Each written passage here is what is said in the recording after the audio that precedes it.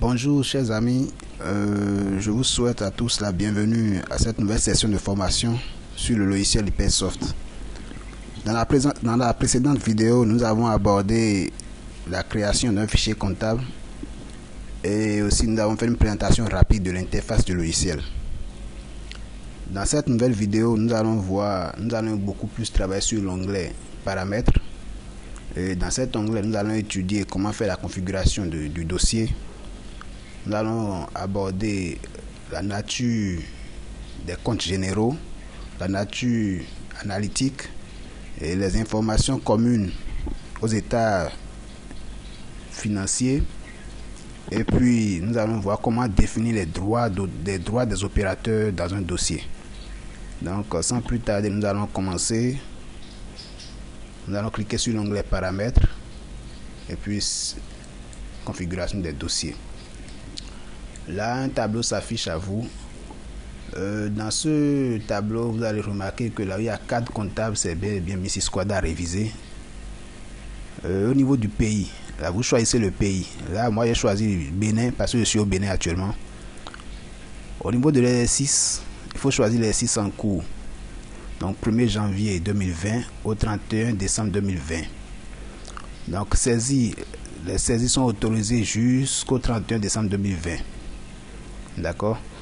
Au niveau de la numérotation des pièces dans les journaux, là, vous pouvez décider de numéroter vos pièces par jour, par mois, par année ou par exercice. Ici, moi, j'ai fait l'option de choisir par année. D'accord. Clôture automatique des journaux. Je préfère laisser cette case vide parce que lorsque vous allez mettre une durée ici et que vous n'auriez pas fini de faire vos saisies, là, le logiciel va automatiquement clôturer vos journaux, vous ne pourrez plus saisir. Donc, le mieux, c'est de laisser cette case vide. Au niveau de l'option règlement des fournisseurs et autres contrats payés, bon, là, je préfère laisser ça aussi vide. Mais vous pouvez définir un délai minimal en termes de jours ou le jour du mois ou plutôt selon le fonctionnement de votre organisation.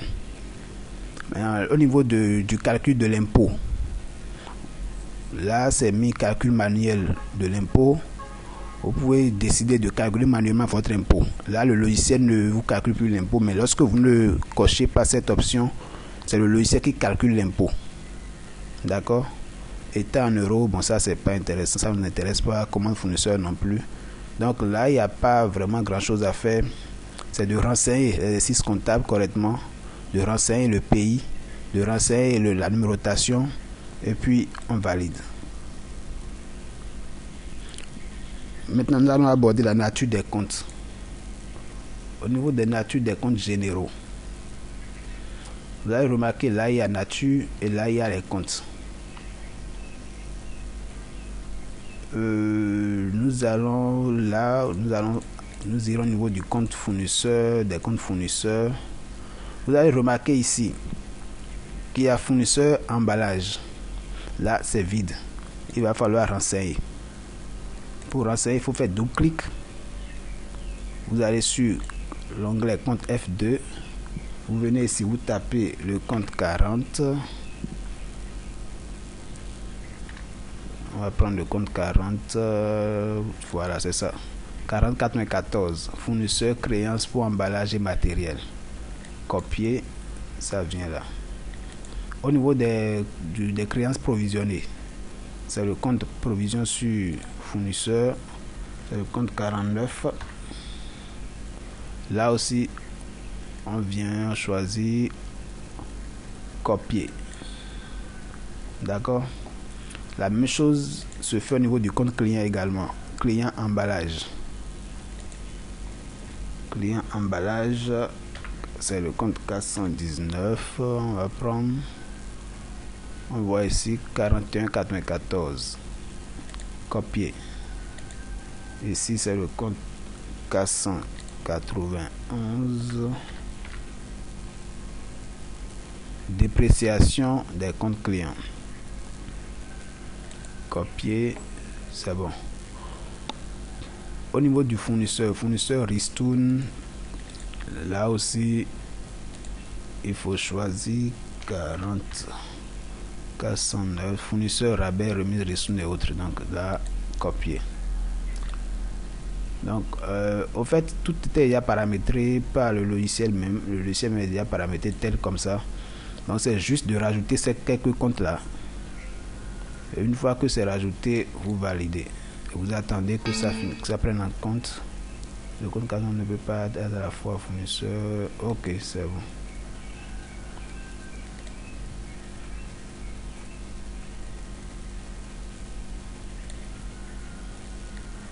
Ah oui, ici il y avait une erreur, on va corriger.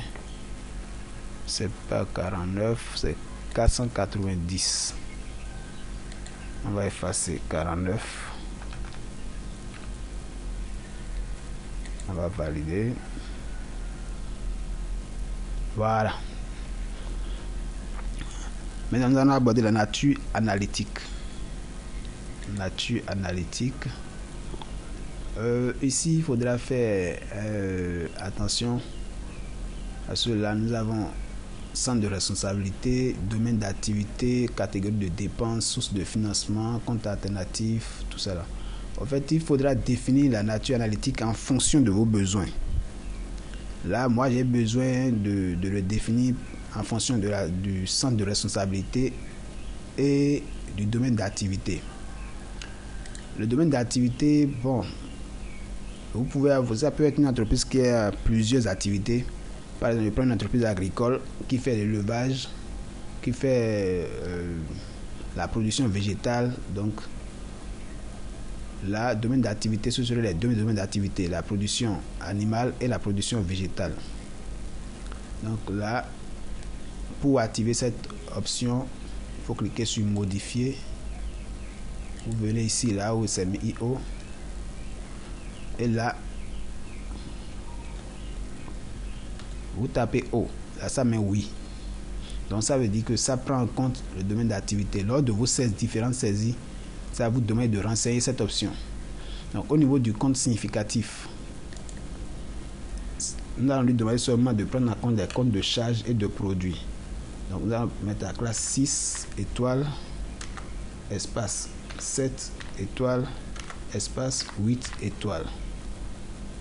D'accord? Au niveau du centre de responsabilité, ça aussi, nous allons faire le même exercice. Oui. 6 étoiles, espace 7 étoiles, espace 8 étoiles. Et puis valider. J'ai pas besoin d'activer les sources de financement, les catégories de dépenses.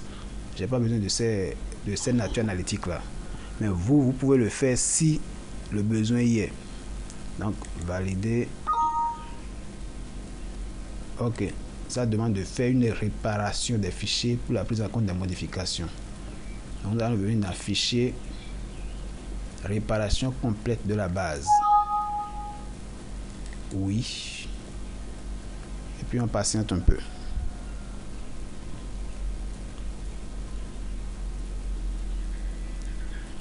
Ok.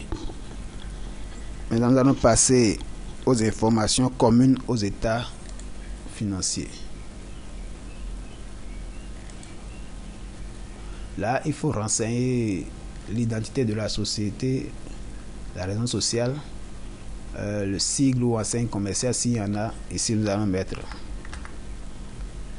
SGPF, le numéro de téléphone 67 72 41 54, le numéro ISAE s'il y en a, le numéro IFU, on va juste mettre quelque chose à titre indicatif, le numéro de registre de commerce.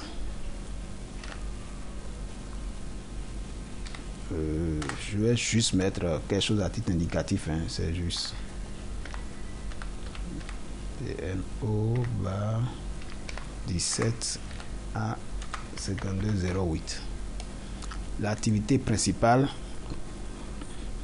je vais mettre formation, l'adresse du siège, je vais mettre Tokuta.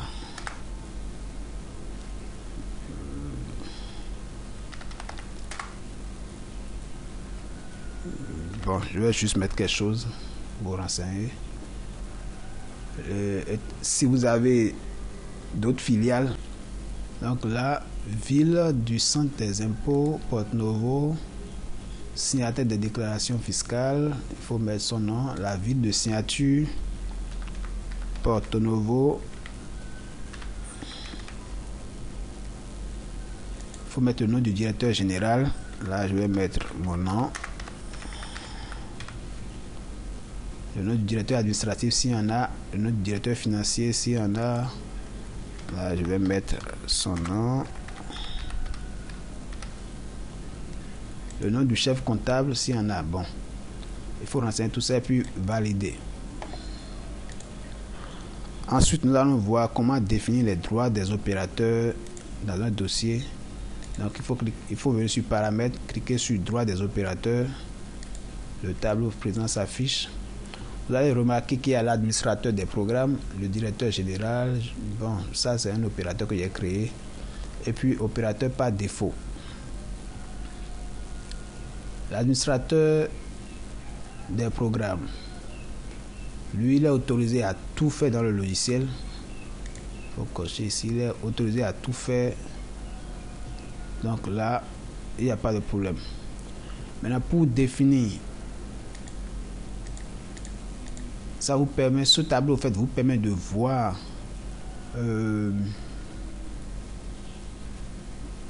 d'avoir un aperçu des droits des utilisateurs. D'accord. Donc, par exemple, vous prenez sur opérateur, l'opérateur est autorisé à faire des saisies. Vous pouvez aussi lui dire, bon, il peut définir des journaux si vous le voulez, définir des comptes généraux si vous le voulez. Mais généralement, c'est l'administrateur du programme qui est autorisé à faire ces opérations-là. Donc l'utilisateur, nous allons juste l'autoriser à faire des saisies. Et puis c'est fini.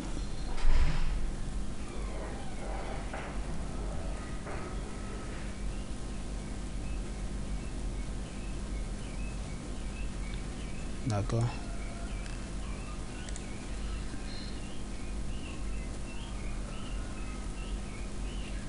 Le directeur général est juste là pour consulter. On peut lui permettre de consulter les fichiers, de consulter les différents dossiers et c'est fini. Il n'est pas autorisé à faire des saisies ni des manipulations. C'est juste à titre. Il est là juste pour consulter.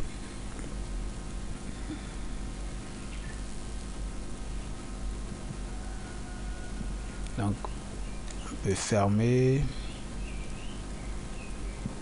Alors, pour que tout ça soit pris en compte, il faut lancer une réparation complète de la base.